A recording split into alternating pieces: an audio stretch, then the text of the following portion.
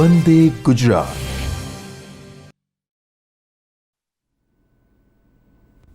નમસ્કાર મિત્રો, આજના વર્ચ્યુઅલ ક્લાસમાં આપ સૌનું હાર્દિક સ્વાગત છે.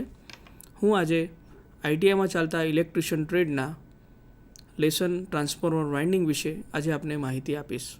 તો સૌપ્રથમ મિત્રો જાણીશું ટ્રાન્સફોર્મર. તો ટ્રાન્સફોર્મર એ આજે ઇલેક્ટ્રિક જગતનું હાર્ટ કહી શકાય તેવી વસ્તુ છે કે જો ટ્રાન્સફોર્મર ના હોય તો આપણે આગળ વધી શકીએ નહીં. તો આપણે ટ્રાન્સફોર્મર વિશેનો ખ્યાલ અને વધુ માહિતી ટ્રાન્સફોર્મરની મેળવીશું આગળ પીપીટી દ્વારા.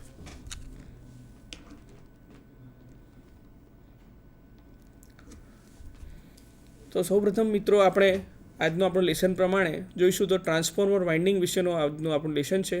તો તેના વિશેનો ખ્યાલ આપણે મેળવીશું. તો તેની અંદર આપણે આજે શું જોઈશું તે આપણે મુદ્દા પ્રમાણે જોઈશું કે ટ્રાન્સફોર્મરનો પરિચય, જે સૌપ્રથમ આપણે જોઈશું ટ્રાન્સફોર્મરનો પરિચય. ત્યારબાદ ટ્રાન્સફોર્મરનો સિદ્ધાંત કે જેના ઉપર ટ્રાન્સફોર્મર કાર્ય કરે છે. ત્યારબાદ મ્યુચ્યુઅલ ઇન્ડક્શન, ટ્રાન્સફોર્મરના ભાગો, ટ્રાન્સફોર્મરની રચના, ટ્રાન્સફોર્મર વાઇન્ડિંગ, ટ્રાન્સફોર્મરના જુદા જુદા પ્રકારના વાઇન્ડિંગ, 3 ફેઝ ટ્રાન્સફોર્મરના વાઇન્ડિંગના જુદા જુદા કનેક્શન્સ, ટ્રાન્સફોર્મર વાઇન્ડિંગમાં વપરાતું મટીરિયલ, અને ત્યારબાદ આ લેસનમાં થતા પ્રશ્નો કે જેનો આપણે લેસનમાંથી આપણે જે શીખીશું તેના ઉપરથી જે પ્રશ્નો થાય છે તે આપણે જોઈશું.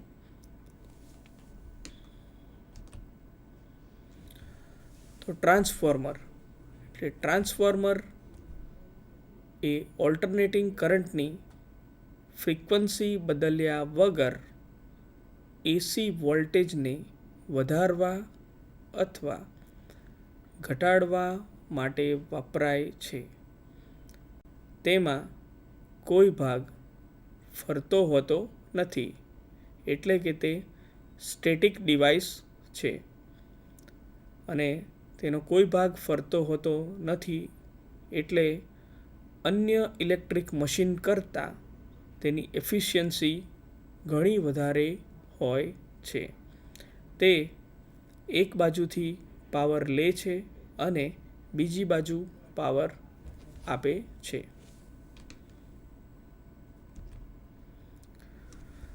તો મિત્રો સૌપ્રથમ એમાં જોઈશું આપણે ટ્રાન્સફોર્મરનો સિદ્ધાંત. તો ટ્રાન્સફોર્મર એ મ્યુચ્યુઅલ ઇન્ડક્શનના સિદ્ધાંત પર કાર્ય કરે છે.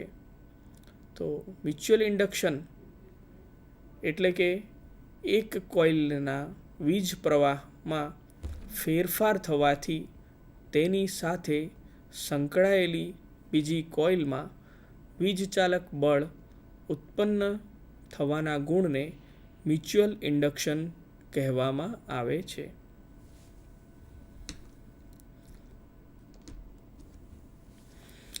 આકૃતિમાં આપણે જોઈ શકીએ છીએ કે કોઇલ એ અને કોઇલ બી જે એકબીજા સાથે સંકળાયા વગર દર્શાવવામાં આવેલી છે. જ્યારે કોઇલ એમાં એસી સપ્લાય આપવામાં આવે છે તો તેની અંદર ઈએમએફ ઇન્ડ્યુસ થવાથી ચુંબકીય બળ રેખાઓ મેગ્નેટિક ફ્લક્સ ઇન્ડ્યુસ થાય છે અને તે કોઇલ બી સાથે સંકળાય છે અને તેના લીધે કોઇલ બીમાં ઈએમએફ ઇન્ડ્યુસ થાય છે.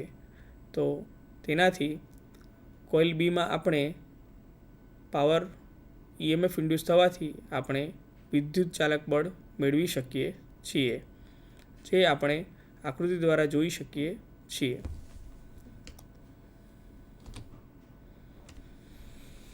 હવે ટ્રાન્સફોર્મરમાં ના જે ભાગો છે તેના વિશેની માહિતી આપણે મેળવીશું. તો ટ્રાન્સફોર્મરમાં મુખ્ય 2 ભાગ હોય છે, એક કોર અને બીજો વાઇન્ડિંગ. કોર એ ટ્રાન્સફોર્મરમાં વાઇન્ડિંગનો આધાર છે કે જેના ઉપર આપણે ટ્રાન્સફોર્મરનું વાઇન્ડિંગ કરીએ છીએ.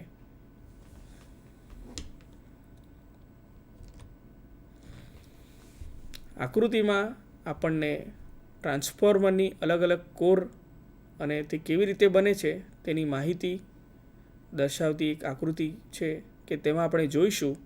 તો કોરના પ્રકાર, તો તેમાં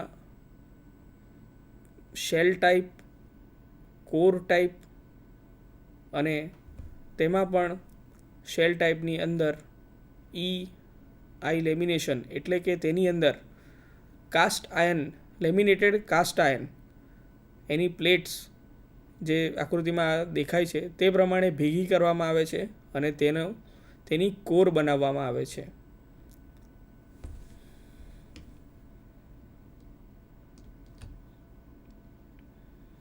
ત્યારબાદ આપણે વાઇન્ડિંગ વિશેનો ખ્યાલ મેળવીશું. વાઇન્ડિંગ કરવા માટે enamel copper wire, electrolytic copper અથવા એલ્યુમિનિયમ દ્વારા ટ્રાન્સફોર્મરના રેટિંગ મુજબ અલગ અલગ ગેજના તાર અને આંટા વીંટાળીને કરવામાં આવે છે. કોરના બંને લીંબ ઉપર અથવા મધ્યના એક લીંબ ઉપર નીચે બે અલગ અલગ વાઇન્ડિંગ કરવામાં આવે છે. આ બંને વાઇન્ડિંગ વચ્ચે સીધો સંબંધ હોતો નથી, એટલે કે તે ફિઝિકલી જોડાયેલા હોતા નથી. બંને આઇસોલેટ હોય છે અને તે કોઈ પણ જગ્યાએ એકબીજા સાથે સંકળાયેલા હોતા નથી. તેમની વચ્ચે માત્ર ઇલેક્ટ્રોમેગ્નેટિક ઇન્ડક્શન થાય છે અને બંને વાઇન્ડિંગને જુદા જુદા નામથી આપણે ઓળખીએ છીએ.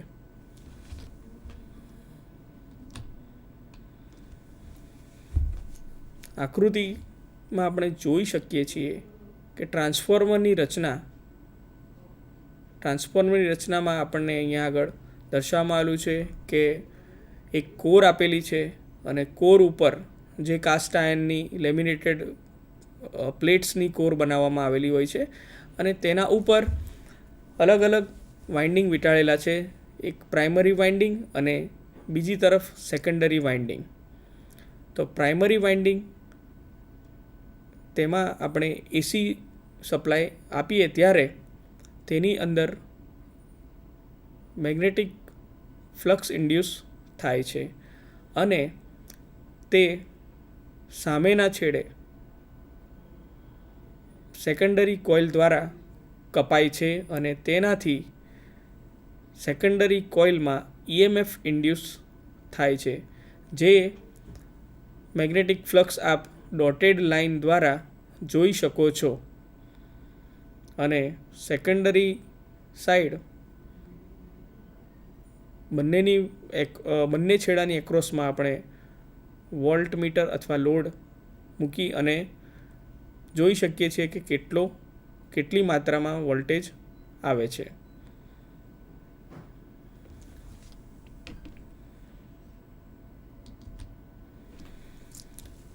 તો જોઈશું આપણે આગળ પ્રાઇમરી વાઇન્ડિંગ.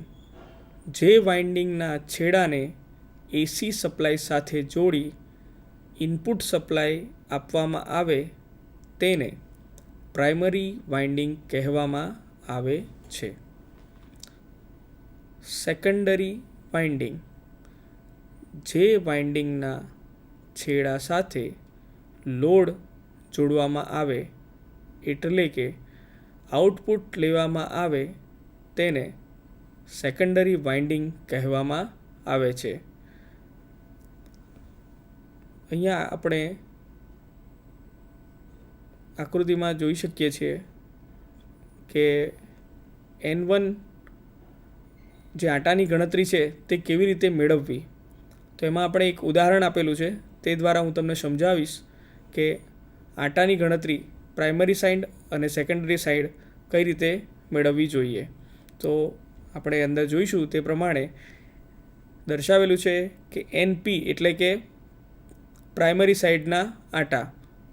તો પ્રાઇમરી સાઈડના આંટા 400 ટન છે અને EP મતલબ આપેલ વોલ્ટેજ 5 વોલ્ટ છે. તો 5 વોલ્ટ માટે 400 આંટા વીંટાળેલા છે અને આપણે સામેની સાઈડ એટલે કે સેકન્ડરી સાઈડ આપણને 1 વોલ્ટ જોઈએ છે અને તેના આટાની સંખ્યા આપણે શોધવાની છે. તો તેનું સૂત્ર છે કે EP એટલે કે પ્રાઇમરી સાઈડનો EMF અને N આટા સેકન્ડરી સાઈડના ઇઝ ઇક્વલ ટુ ES એટલે કે સેકન્ડરી સાઈડના વોલ્ટેજ અને NP એટલે પ્રાઇમરી સાઈડના આટા. તો એ સૂત્ર ઉપરથી આપણે મેળવી શકીશું કે સેકન્ડરી સાઈડના આટા એ NS is equal to ES NP divided by EP અને તેના દ્વારા આપણને NS સેકન્ડરી સાઈડના આટા NS બરાબર 80 ટનની ગણતરી આપણને મળે છે.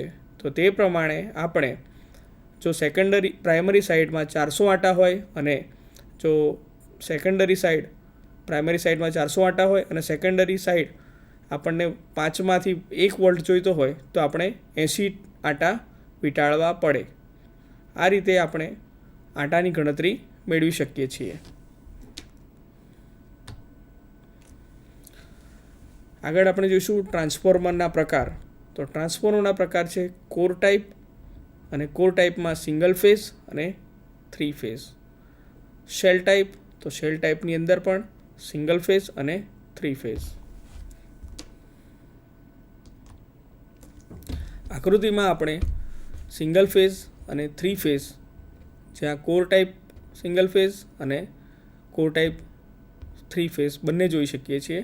જ્યારે નીચેની સાઈડે સિંગલ ફેઝ શેલ ટાઈપ અને સિંગલ ફેઝ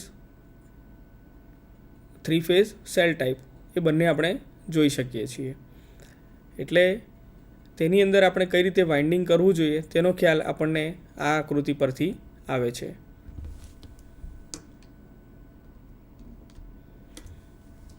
ત્યારબાદ આપણે ટ્રાન્સફોર્મરના વાઇન્ડિંગના પ્રકાર એટલે કે જુદા જુદા રેટિંગ પ્રમાણે આપણને જુદા જુદા પ્રકારના વાઇન્ડિંગ આપણે ટ્રાન્સફોર્મરની અંદર કરી શકીએ છીએ. તો તેનો એક પ્રકાર છે હેલિકલ વાઇન્ડિંગ, બીજો પ્રકાર છે ક્રોસઓવર વાઇન્ડિંગ, ત્રીજો પ્રકાર છે ડિસ્ક વાઇન્ડિંગ અને ચોથો પ્રકાર છે સેન્ડવિચ વાઇન્ડિંગ. આગળ જોઈશું આપણે હેલિકલ વાઇન્ડિંગ વિશે. તો હેલિકલ વાઇન્ડિંગ એટલે આકૃતિમાં દર્શાવ્યા મુજબ એક જ તારમાંથી આકૃતિમાં દર્શાવ્યા પ્રમાણે આટા મારીને તે વાઇન્ડિંગ કરવામાં આવે છે. હેલિકલ વાઇન્ડિંગની અંદર એડી કરંટ લોસ વધુ પ્રમાણમાં થાય છે. તેથી ઘણીવાર હેલિકલ વાઇન્ડિંગમાં ડબલ લેયર વાઇન્ડિંગ પણ એક ઓપ્શન તરીકે લઈ શકાય છે. હેલિકલ વાઇન્ડિંગ એ લો રેટિંગ માટે વધુ યોગ્ય વાઇન્ડિંગ છે.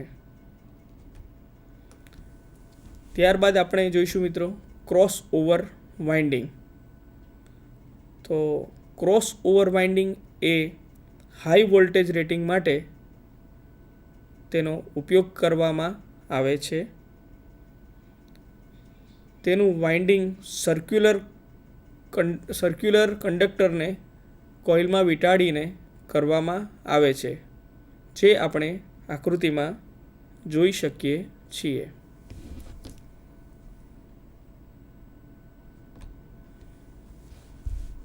Disk winding. ડિસ્ક વાઇન્ડિંગ એ હાઈ પાવર રેટિંગ માટે ડિસ્ક વાઇન્ડિંગનો આપણે ઉપયોગ કરીએ છીએ. તો ડિસ્ક વાઇન્ડિંગ એ સ્પાઇરલ કંડક્ટરનો ઉપયોગ કરીને ડિસ્ક વાઇન્ડિંગ કરવામાં આવે છે અને તેને લેયરને ઇન્ટરકનેક્ટેડ સિરીઝમાં જોડવામાં આવે છે અને ઇનર અને આઉટર કંટ્રોલ ઓવર વાઇન્ડિંગ વીંટાળવામાં આવે છે. ત્યારબાદ આપણે જોઈશું સેન્ડવિચ વાઇન્ડિંગ. તો આકૃતિમાં દર્શાવ્યા પ્રમાણે સેન્ડવિચ વાઇન્ડિંગ કઈ રીતે થાય છે તે આપણે જોઈ શકીએ છીએ. તો સેન્ડવિચ વાઇન્ડિંગ ખાસ તો યુનિક કોન્ફિગરેશન માટે ઉપયોગ કરવામાં આવે છે. હાઈ વોલ્ટેજ અને લો વોલ્ટેજ કેબલને સેમ મેગ્નેટિક એક્સેસ ઉપર રાખવામાં આવે છે તથા હાઈ વોલ્ટેજ કોઇલની વચ્ચે લો વોલ્ટેજ કોઇલના વાઇન્ડિંગને વીંટાળવામાં આવે છે.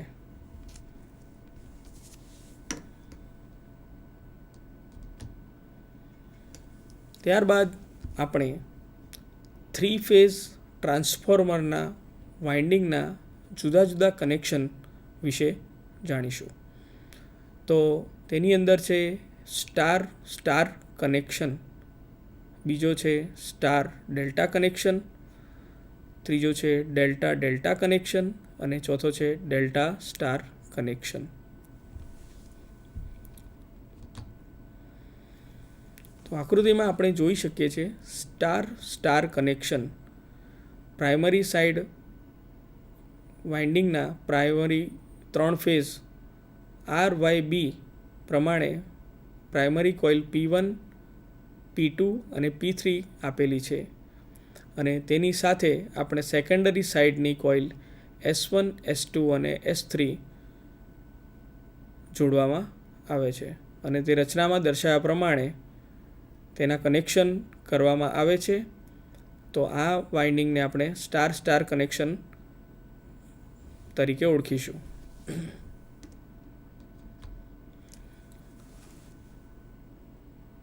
ત્યારબાદ સ્ટાર ડેલ્ટા કનેક્શન. તો આગળની આકૃતિમાં જોયું પ્રમાણે ઉપરની કોઇલ P1, P2 અને P3 પ્રાઇમરી સાઇડ વાઇન્ડિંગ તે સ્ટાર કનેક્શનમાં જ રહેલું છે, જ્યારે secondary સાઇડનું winding S1, S2, S3 તે આકૃતિમાં દર્શાવ્યા મુજબ ડેલ્ટા કનેક્શનમાં જોડેલું છે. એટલે કે તેની પ્રાઇમરી સ્ટાર કનેક્શનમાં છે જ્યારે તેની સેકન્ડરી ડેલ્ટા કનેક્શનમાં છે. તેથી આ પ્રકારના કનેક્શનને સ્ટાર ડેલ્ટા કનેક્શન તરીકે ઓળખવામાં આવે છે.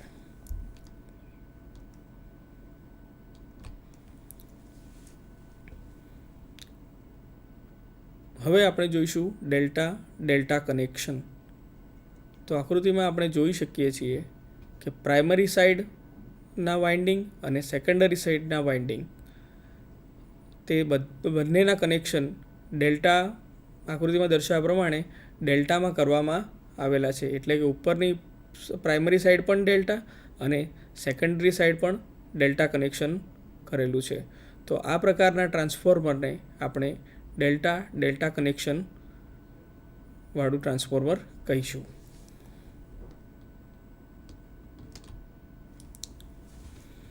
ત્યારબાદ ચોથું પ્રકાર છે ડેલ્ટા સ્ટાર કનેક્શન. તો તેની અંદર આપણે જોઈ શકીએ છીએ કે primary સાઇડના winding P1, P2, P3 તેમને આપણે ડેલ્ટા કનેક્શનની અંદર જોડેલા છે, જ્યારે સેકન્ડરી સાઇડના વાઇન્ડિંગ S1, S2 અને S3ને સ્ટાર કનેક્શનમાં જોડેલા છે. તો આ પ્રમાણે પ્રાઇમરી ડેલ્ટામાં અને સેકન્ડરી સાઇડ સ્ટારમાં.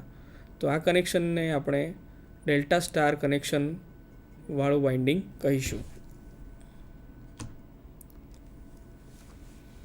હવે આપણે જોઈશું ટ્રાન્સફોર્મર વાઇન્ડિંગમાં વપરાતું મટીરિયલ. તો ટ્રાન્સફોર્મર વાઇન્ડિંગમાં વપરાતા મટીરિયલમાં આપણે કન્ડક્ટિંગ મટીરિયલ અને ઇન્સ્યુલેટિંગ મટીરિયલનો ઉપયોગ કરીએ છીએ. તો આપણે જોઈશું પહેલાં કન્ડક્ટિંગ મટીરિયલમાં આપણે શું વાપરીશું અથવા કંડક્ટર મટીરિયલ કયા મટીરિયલ આપણે યુઝ કરી શકીએ. Conducting material. ટ્રાન્સફોર્મરમાં કન્ડક્ટિંગ મટીરિયલ તરીકે કોર બનાવવા માટે કાસ્ટ આયર્નનો એટલે કે લેમિનેટેડ કાસ્ટ આયર્નની પ્લેટ્સનો ઉપયોગ કરવામાં આવે છે તથા વાઇન્ડિંગ મટીરિયલ તરીકે કોપર કે એલ્યુમિનિયમ જેવી ધાતુનો ઉપયોગ કરવામાં આવે છે.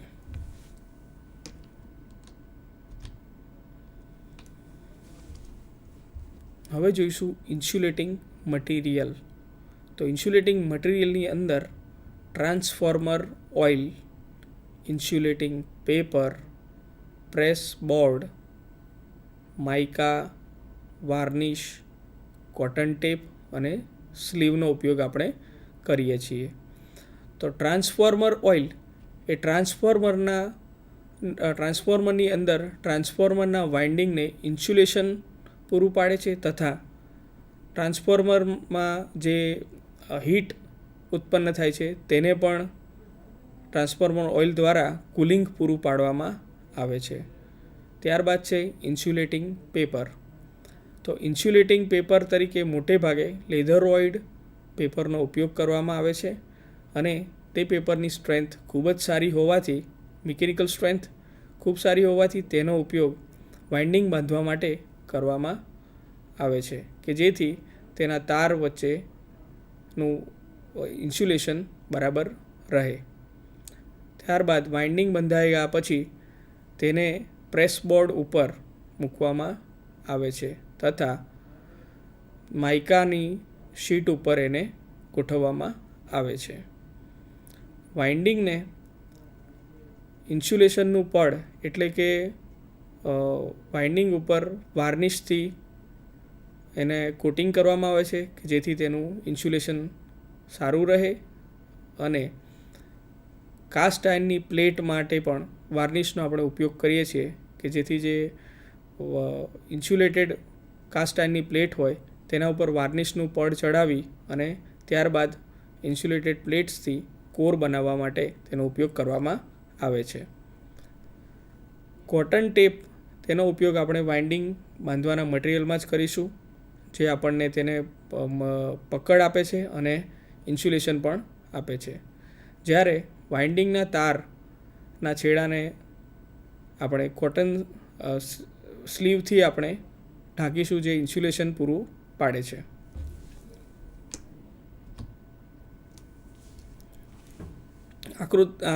આપણે પિક્ચરમાં જોઈ શકીએ છીએ કે એક ટ્રાન્સફોર્મર દર્શાવેલું છે કે જેની અંદર પ્રાઇમરી સાઈડ અને સેકન્ડરી સાઈડના વાઇન્ડિંગ દર્શાવેલા છે કે જેની અંદર એક જ લીંબ ઉપર 3 ફેઝ ટ્રાન્સફોર્મરની અંદર એક જ લીંબ પર અંદરની સાઈડે પ્રાઇમરી વાઇન્ડિંગ અને બહારની સાઈડે સેકન્ડરી વાઇન્ડિંગ વીંટાળેલું છે.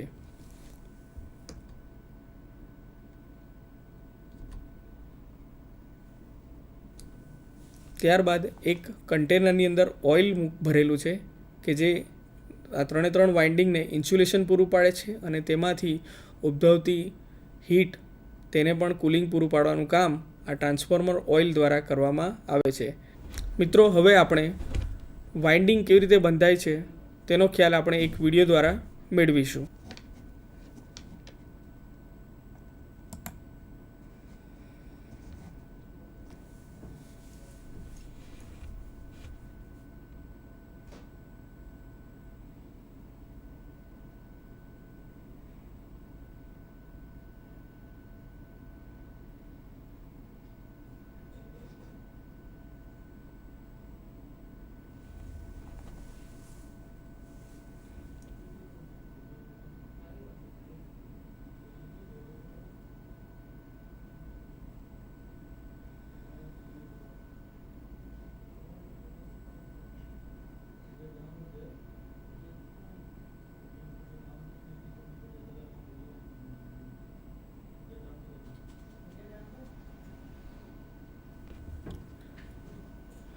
આપ જોઈ શકો છો કે આની અંદર આ વ્હાઇટ કલરની કોટન ટેપનો ઉપયોગ કરવામાં આવે છે જેથી વાઇન્ડિંગનો આધાર રહે અને તેને મજબૂત રીતે બાંધી શકાય.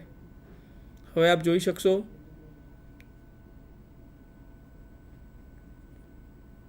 કે વાઇન્ડિંગ કેવી રીતે કરવામાં આવે છે.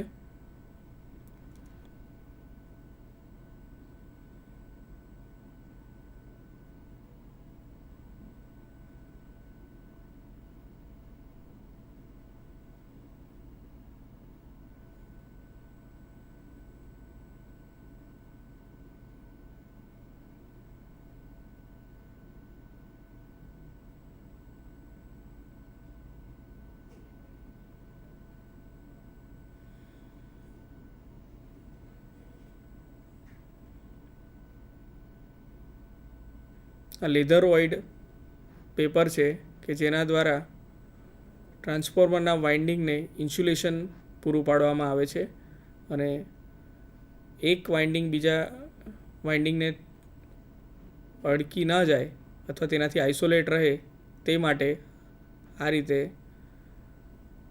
લેધરોઇડ પેપર મૂકવામાં આવે છે તથા તારને કોર સાથે કનેક્શન અથવા કોઈ જાતનું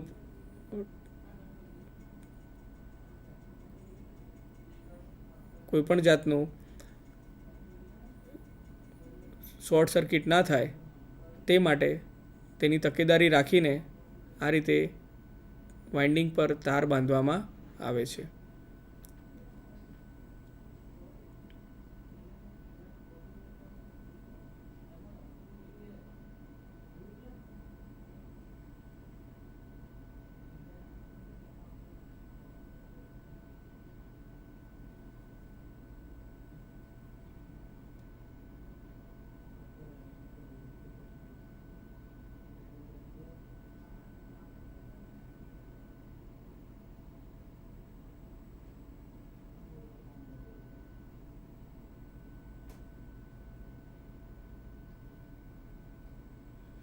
આ એક લેયરનું વાઇન્ડિંગ થઈ ગયું.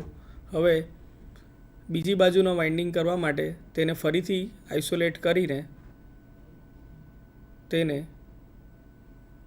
કોર સાથે તેનું કોઈપણ જાતનું કનેક્શન ના થાય એ માટે તેને સાઈડ ઉપરથી પેપર દ્વારા ઇન્સ્યુલેટ કરવામાં આવે છે અને પેપરને પણ વ્યવસ્થિત રીતે પાથરીને બીજા લેયરને તાર અડે નહીં તે રીતે તેની ગોઠવણી કરવામાં આવે છે.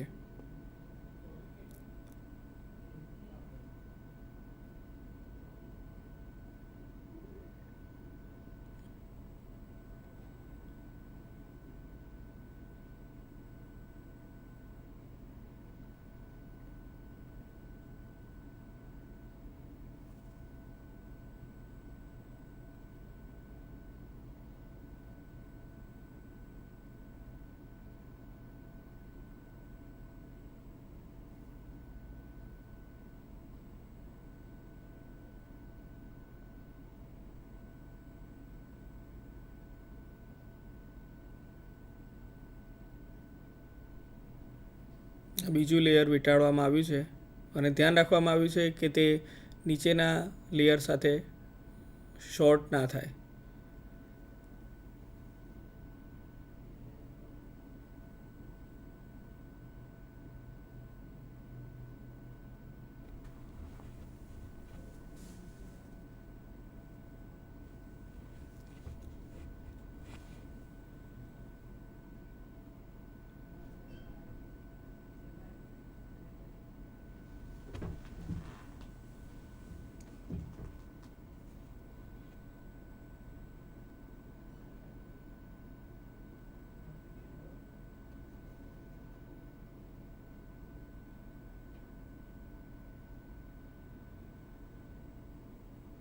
અને તે જ રીતે ત્રીજું લેયર વીંટાળવામાં આવે છે.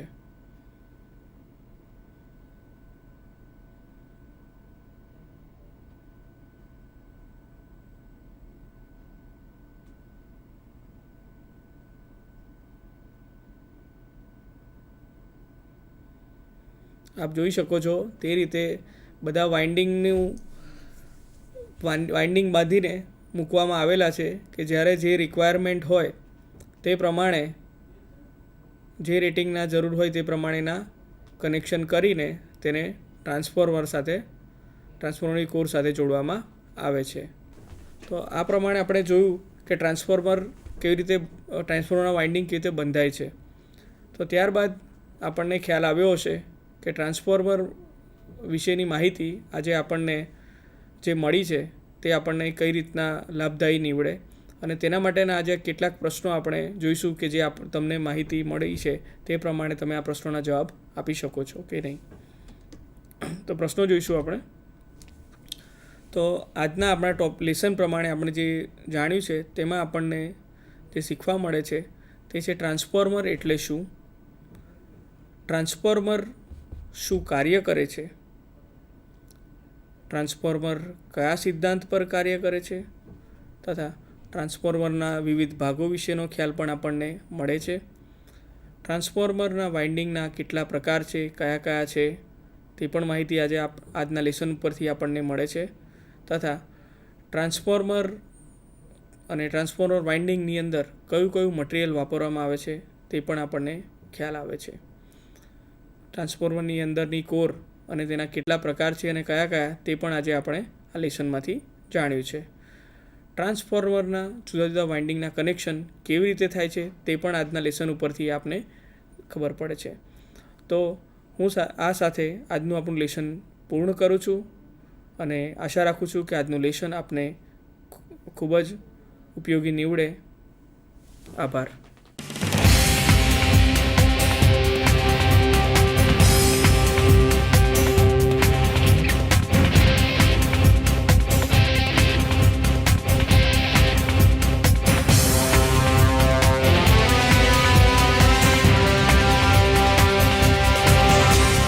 વંદે ગુજરાત.